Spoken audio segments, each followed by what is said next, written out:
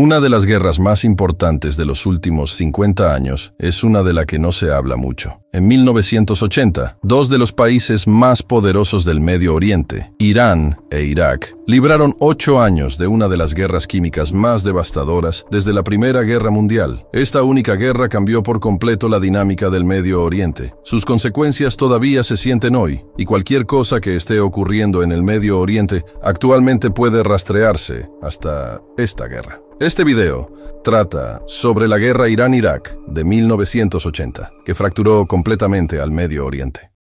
La historia comienza en 1979. Irán estaba atravesando una revolución masiva. Cientos de miles de personas protestaban en las calles. Querían derrocar al Shah, quien había gobernado Irán durante los últimos 26 años, y establecer un líder islámico, el Ayatollah Khomeini. El pueblo iraní veía al Shah como un leal a los Estados Unidos y a las potencias occidentales porque, en 1953, Estados Unidos y el Reino Unido habían orquestado un golpe de Estado contra el entonces primer ministro democráticamente elegido de Irán y habían instalado a Mohammad Reza Pahlavi como rey de Irán. Las protestas alcanzaron tal intensidad que, el 11 de febrero de 1979, el Shah de Irán fue derrocado y el Ayatollah Khomeini se convirtió en el nuevo líder de Irán. Este nuevo régimen estaba liderado por musulmanes chiitas y se oponían firmemente a todas las potencias occidentales. A miles de kilómetros de distancia, Estados Unidos observaba estos acontecimientos con asombro. Su aliado más antiguo en el Medio Oriente ahora se había convertido en su enemigo. Pero no solo Estados Unidos estaba sorprendido, muchos otros países también estaban conmocionados. Irán comenzó a transmitir mensajes de radio a países árabes vecinos como Arabia Saudita, Líbano, Kuwait e Irak, instando a sus poblaciones a levantarse en una revolución contra sus gobernantes. Estos mensajes no fueron bien recibidos por los países árabes. El rey saudí temía que una revolución como la de Irán pudiera extenderse a su país, amenazando su trono, tal como había sucedido con el Shah de Irán. Mientras tanto, en Irak, Saddam Hussein estaba preocupado de que la revolución iraní pudiera inspirar a la población chiita mayoritaria de Irak a levantarse contra él. Sin embargo, Saddam Hussein también vio una oportunidad en esta situación. Durante años, Irak e Irán habían estado chocando por una parte de su frontera. Esta frontera era un punto de acceso extremadamente importante, ya que era la ruta que ambos países utilizaban para exportar su petróleo al resto del mundo. En 1975, se firmó un tratado entre ambos países que obligaba a Irak a ceder el control de esta zona fronteriza a Irán. Saddam estaba profundamente descontento con este tratado y quería recuperar el área de Irán a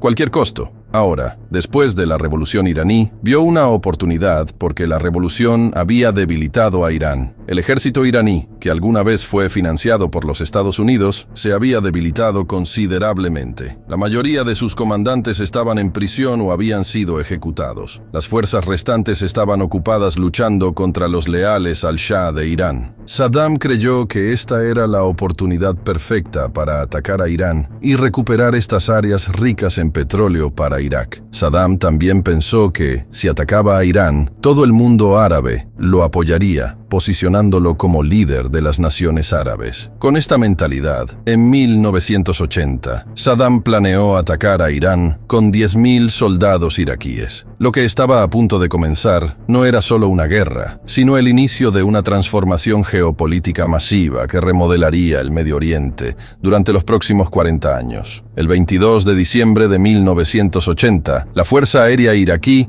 lanzó un ataque sorpresa contra las bases aéreas iraníes, mientras que 10.000 soldados iraquíes también cruzaron Basora e ingresaron al sur de Irán. Irán todavía tenía aviones de combate avanzados que una vez fueron regalados por los Estados Unidos al Shah de Irán. La Fuerza Aérea iraní, en respuesta, bombardeó los campos petroleros iraquíes. Los efectos de esta guerra comenzaron a extenderse por toda la región, y varios actores extranjeros entraron en el conflicto. El primero en intervenir fue Israel. Israel quería que ambos países continuaran luchando entre sí, ya que ambos eran sus adversarios, pero Israel veía a Irak como una amenaza mayor. Por esta razón, Israel suministró armas en secreto a Irán, a pesar de las hostiles relaciones entre Israel e Irán después de la revolución iraní. ¿Alguna vez escuchaste la frase, "el enemigo de mi enemigo es mi amigo"? Esto era exactamente lo que estaba sucediendo. Por otro lado, Arabia Saudita y Kuwait estaban financiando a Irak con miles de millones de dólares. Para ellos, la revolución iraní era la mayor amenaza y querían aplastar al régimen chiita iraní a cualquier costo. Mientras tanto, en el frente oriental, China estaba observando de cerca esta guerra. Aunque China había declarado oficialmente la neutralidad, estaba suministrando armas en secreto a ambos países, y en los años siguientes, China se convertiría en el mayor proveedor de armas de Irán. Durante el siguiente año completo, hasta finales de 1981, la guerra se mantuvo confinada a las áreas fronterizas. A veces Irak avanzaba, mientras que otras veces las fuerzas iraníes empujaban al ejército iraquí hacia atrás. Las potencias globales sentían que la guerra estaba en un punto muerto e intentaron negociar un alto al fuego para estabilizar el suministro global de petróleo, que se vio gravemente afectado por la guerra. Sin embargo, esto era solo el comienzo de algo mucho más siniestro. Saddam Hussein aceptó un alto el fuego, pero el ayatolá Jomeini se negó. La guerra se había convertido en una necesidad para el régimen de Jomeini, ya que había unido a toda la nación iraní detrás de él. Jomeini tenía una demanda, que la guerra solo terminaría cuando Saddam Hussein renunciara como presidente. No fue sorpresa que Saddam se negara, e Irán lanzó una ofensiva a gran escala. El ejército iraquí ya había fracasado en alcanzar las ciudades centrales de Irán debido a la cordillera de Zagros. Irán aprovechó esta oportunidad y contraatacó, empujando al ejército iraquí de regreso y entrando en Irak. A mediados de 1982, el ejército iraní había llegado a Basora. Irán sabía que si capturaba Basora, podría cortar el suministro de petróleo de Irak. Sintiendo desesperación, Saddam Hussein recurrió a los países árabes y a Estados Unidos. Rápidamente aceptó la petición de Saddam y compartió inteligencia sobre el ejército iraní con Irak. En este punto, otro jugador importante entró en esta guerra, la Unión Soviética. La Unión Soviética estaba involucrada en su propia guerra en Afganistán, tratando de aplastar la revolución talibán. Para los soviéticos, la revolución chiita iraní representaba otra amenaza potencial. Por lo tanto, la Unión Soviética también comenzó a suministrar armas a Irak. Ahora, dos superpotencias que estaban enfrentadas en una guerra fría estaban apoyando al mismo país. Los combates alrededor de Basora se volvieron extremadamente intensos. El ejército iraquí colocó minas alrededor de Basora, matando a miles de soldados iraníes. Irán fracasó en capturar Basora, pero la batalla debilitó significativamente la posición de Saddam Hussein. En este punto, otro grupo entró en la ecuación: los kurdos que vivían en el norte de Irak. Los kurdos son un grupo minoritario en el norte de Irak que el gobierno de Saddam Hussein había oprimido durante años. Ellos vieron esta guerra como una oportunidad para derrocar a Saddam. Los kurdos se rebelaron contra el ejército iraquí e Irán comenzó a apoyarlos. Ahora, el ejército de Saddam estaba luchando tanto contra los kurdos en el norte como contra el ejército iraní en el este. Para 1984, Irak comenzó a atacar petroleros iraníes que pasaban por el Golfo Pérsico. En represalia, Irán también atacó petroleros iraquíes. Cientos de barcos comerciales fueron destruidos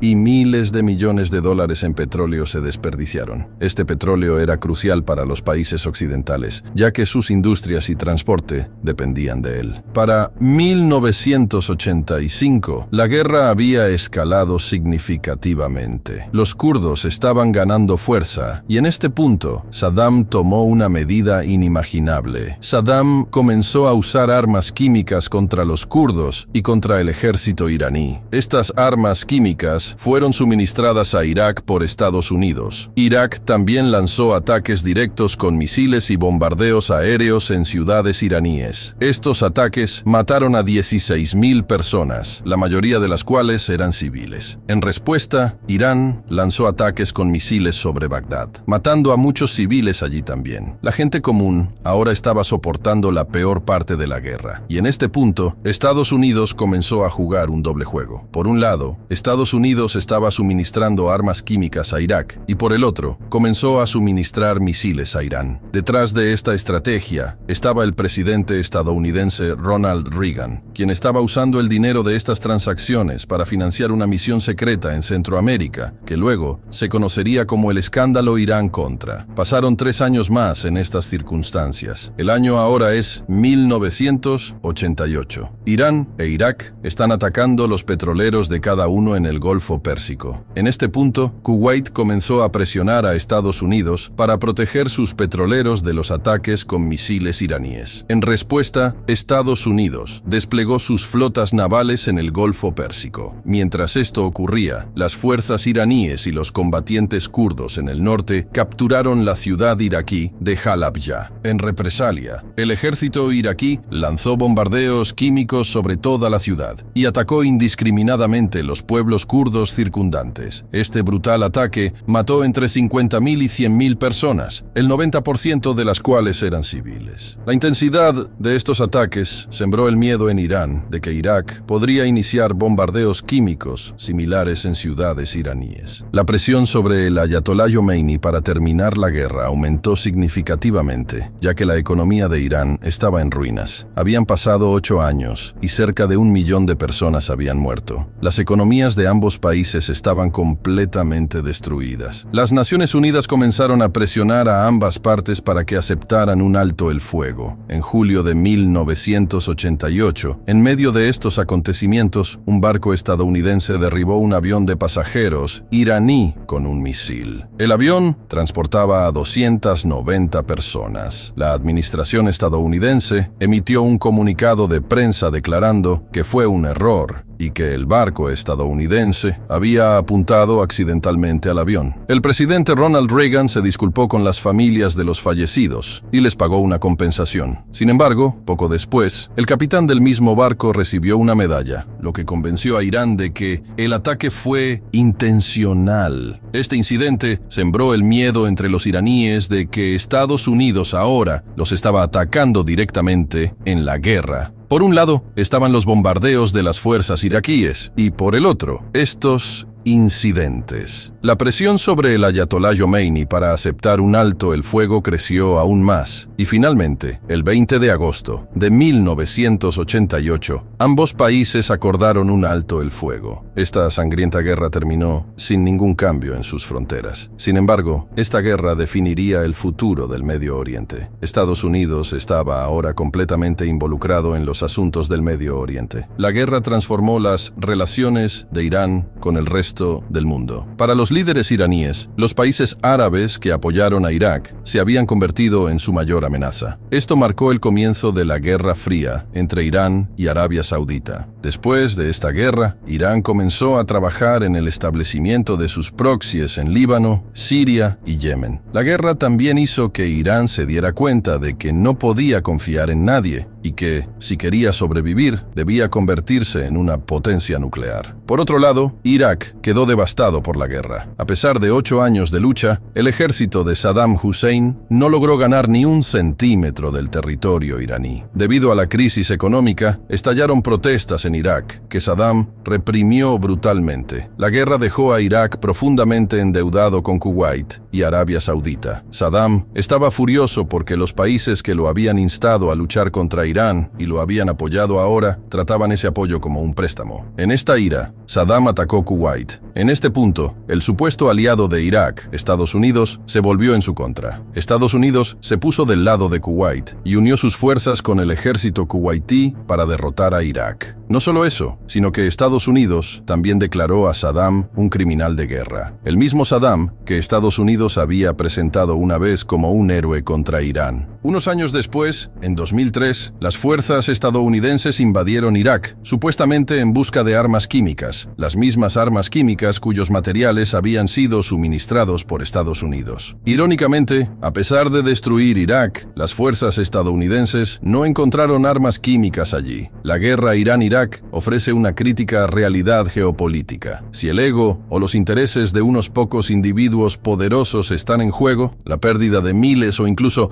millones de vidas no significan nada para ellos. Esta guerra también destaca que cada vez que dos países luchan, casi siempre hay una tercera potencia involucrada. Esta potencia puede ser naciones extranjeras que no quieren luchar directamente, o empresas de armas que se benefician del conflicto. Si rastreas las causas raíces de las guerras de hoy, a menudo conducen a las décadas de 1940 y 1950, cuando Estados Unidos y el Reino Unido estaban definiendo un nuevo orden mundial después de la Segunda Guerra Mundial. Estas son las fuentes que consultamos para este video. Nos veremos en el próximo video con otro tema interesante. Hasta entonces, cuídense.